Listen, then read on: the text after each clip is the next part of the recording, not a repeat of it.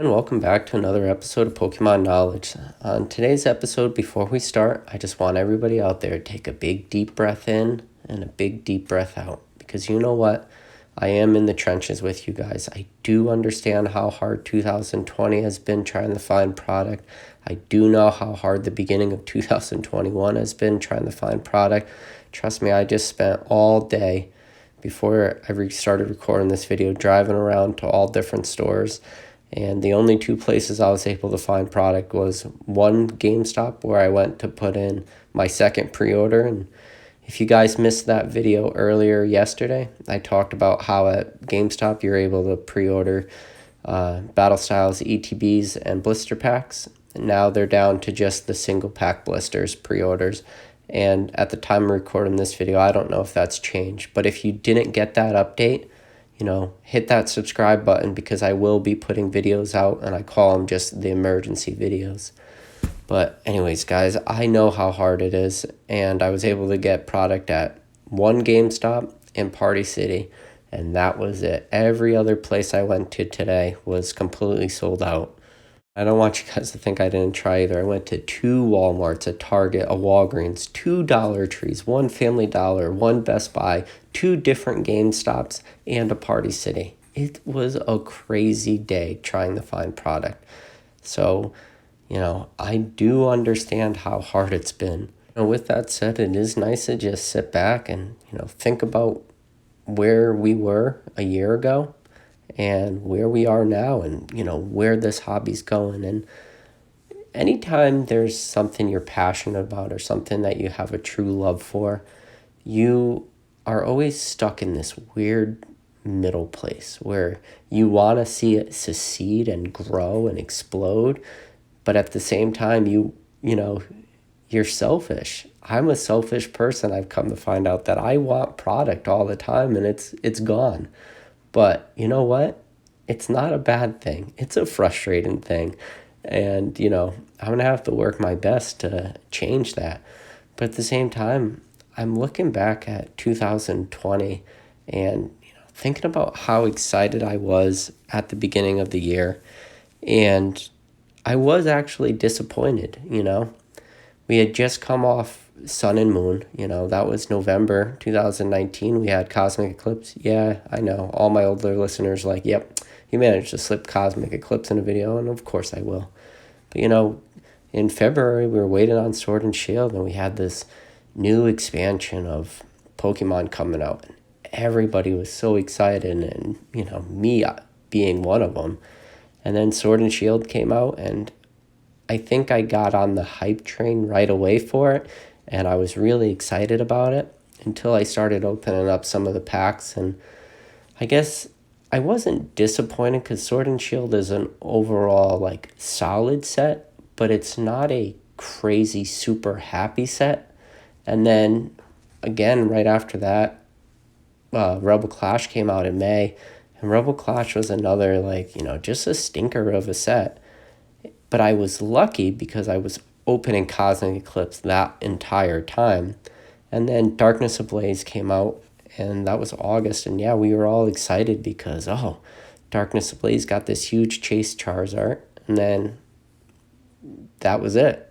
I mean, Darkness Ablaze ended up not being this fantastic set. And then there's all these rumblings about okay, we're going to have a Hidden Fates reprint, and everybody's like, yeah, no way that's going to happen. But it happened. And then right before that, it was Champion's Path. And again, Champion's Path was super hyped set. And once we started opening Champion's Path, it was, this is another just only Charizard set. So it was this weird time where there was all this passion for the hobby. And, we were all stuck in quarantine and we were just buying everything we could and opening everything we could, but at the same time we weren't even able to leave our houses. And then like a godsend came down from the heavens. Here comes Vivid Voltage, and if you guys have opened Vivid Voltage, it's just a all around amazing set. And I don't know if Vivid Voltage is just this weird psychological thing for me, because the entire like whatever was left of Cosmic Eclipse, like whatever inventory was out there just totally evaporated. And it probably evaporated pretty quickly. But Vivid Voltage came out and it looked the same. It felt the same. It had the same like excitement opening packs. And, Vivid Voltage, one of the things, anytime you open enough booster packs, I'm sure you guys get frustrated all the time. Like, yeah, you see a white card, you get excited, and you're just hoping it's something good. But then you get a green code card, and you instantly just start going through those cards, and you're already sad. But with Vivid Voltage, we had these amazing rares that were in the reverse holo spot, and every single pack is still exciting because there was that chance of pulling amazing rares. So it was just like, just such a, breath of fresh air. And again, I'm not saying Sword and Shield, Rebel Clash, Darkness Ablaze, and Champion's Path. Yeah, Hidden Fates was in there with the reprint, but it was impossible to get your hands on. I'm sure you guys know exactly what I'm talking about. But, the Sword and Shield, Rebel Clash, Darkness Ablaze, and Champion's Path, like I said, they weren't absolutely terrible sets, but they were just lackluster sets in a way. And the whole time this was going on, we had, so many things going on in the world between COVID and elections and, everything that possibly goes with it. Like, man, thank you that Pokemon has been and always will be, like a little bit of an escape. And if you guys are listening to this video, I'm sure you feel the same way. Like, Pokemon is just, it's fun, it's entertaining, it's immersive.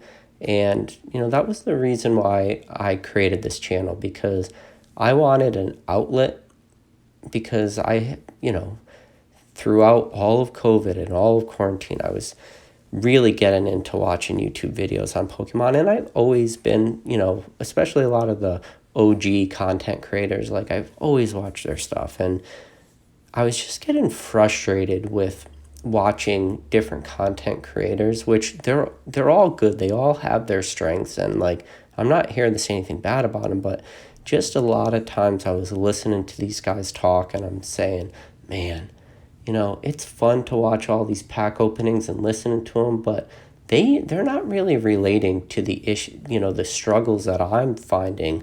They were just always painting this like rainbows and sunshine is the Pokemon collecting hobby. And you know what, guys, sometimes it can be tough to find packs and, go out there and really grind. But then I listen to them and I realize all these guys, they have big contracts with distributors, and they're getting their hands on like tons of product, and they're getting their hands on pre-releases and promos and everything in between. And I just was watching them. I'm like, all right, I'm going to try a channel, and I'm going to try to grow that channel 100% organically. And I'm going to do a very different video format style than anything else that's really out there. And if people gravitate to that, great. If not, like, this content's not for everybody. But I want to be immersive with you guys as my listeners, and listen to you, and share my thoughts. But at the same time, like, I want to hear your thoughts, but also I want to be on the same team as you guys. Like I said at the very beginning of this video, I'm in the trenches with you guys. Like, yeah, is it bad to maybe look at Pokemon collecting hobby as a war? Yeah, you're probably right. It is bad to look at it as a war, but at the same time, like, it's exciting, and I feel like it's, us against everybody else, and it's almost the competitive side of me, and I'm enjoying that. But at the same time, like, now with 2021 here, there's so much in the Pokemon hobby to look forward to. Well, look at Shining Fates coming out pretty soon. February 19th that gets released. Yeah, all the pre-orders for that got eaten up real quick, and if you guys did get some, good for you.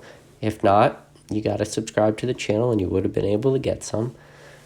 Well, that's not really true. I don't think I made a video about that, but now I know I need to just, warn people when the pre-orders do come out.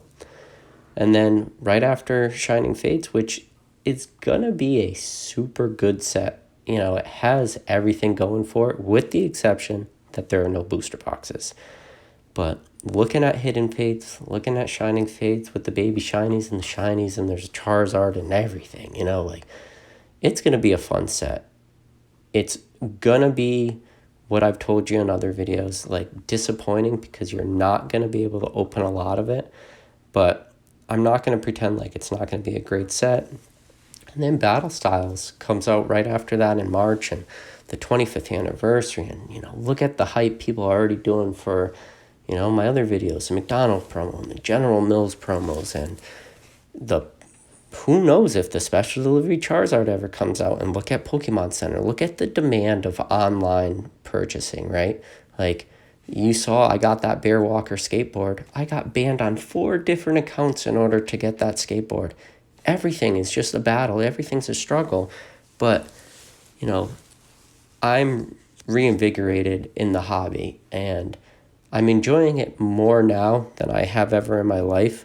And that's always a good thing. Anytime you're in a hobby and it's getting more enjoyable than less enjoyable, then you definitely have chosen the right hobby. And, for as long as I've collected Pokemon cards, and I've said it before, I do wish like I had a time machine and I could have went back and bought way more of stuff, but I didn't.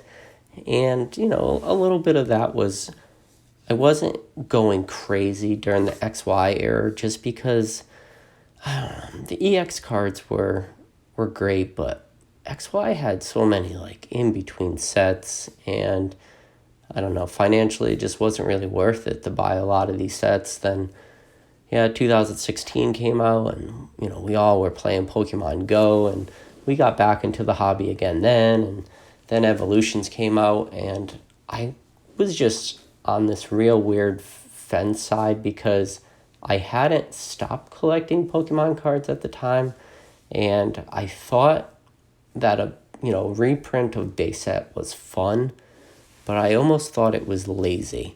And man, people hated me for saying that. But then Evolutions was just there. It was, you could get booster boxes all day for $90, and then just gradually, well, maybe not even gradually, almost rapidly at 2020, Evolutions exploded, and now they're $1,000 a booster box.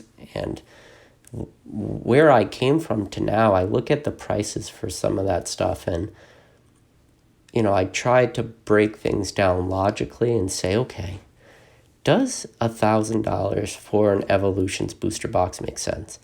And no matter how I try to do the numbers or try to play around with the facts, it never makes sense to me. But I'm also understanding that if you out there are listening and you do believe Evolutions is worth $1,000, go ahead and buy and collect whatever you enjoy, because that's what this hobby is all about. This hobby is always going to be 100% about you before it's about anyone else. So if you enjoy something, go out and buy it and collect that. But it's just, I don't know. I guess I was over Evolutions already by 2020, so it's just been like this weird changing of the guard or weird changes of circumstances. But it's also been exciting to watch that too. We have the 25th anniversary coming soon, and there's a lot of rumblings about what people think are going to be the 25th anniversary. I think the big rumor or the big thing of speculation that a lot of people are talking is like a huge reprint of, vintage stuff, but like vintage not being base set because that was Evolutions, but we're going to see like maybe a 25th anniversary set that's a combination of Jungle, Fossil. Maybe we see Team Rocket in there. Maybe a couple, Neo cards thrown in there, but I doubt it. I don't really think we're going to see a lot of the Gen 2 stuff if that's the case. If anything, we will see that Jungle and Fossil. If Pokemon Company wants to really do the 25th anniversary collection right, and they want to blow the roof off of whatever they do, they need to do a reprint of Skyridge. Yeah. Does Jungle and Fossil have that huge nostalgia factor? Yes. But you know what? A lot of people out there, including myself, because I had dropped out of the hobby by then, Skyridge is the set that no one really was able to collect. And if you did open it, you probably didn't open a lot of it because nobody was out there spending, $1,000 on Skyridge cards. So the artwork in that set's amazing. The cards are amazing. It's such a fan favorite I haven't really come across a lot of people who are familiar with Skyridge and say that they don't like the set. They might not be emotionally invested in the set because they haven't opened a lot of product. And I've said it so many times before. To get really emotionally invested in a set, you need to open a lot of packs. But with that said, Skyridge would be fun if they did a reprint for that. Do I expect to see that happen? No. Is it an impossibility? It's not impossible, but unlikely. But that's what I would like to see. But anyways, guys, I hope you're excited for 2021 like me. And if you've made it this far in the video, you are absolutely the best. And thank you so much for supporting this channel.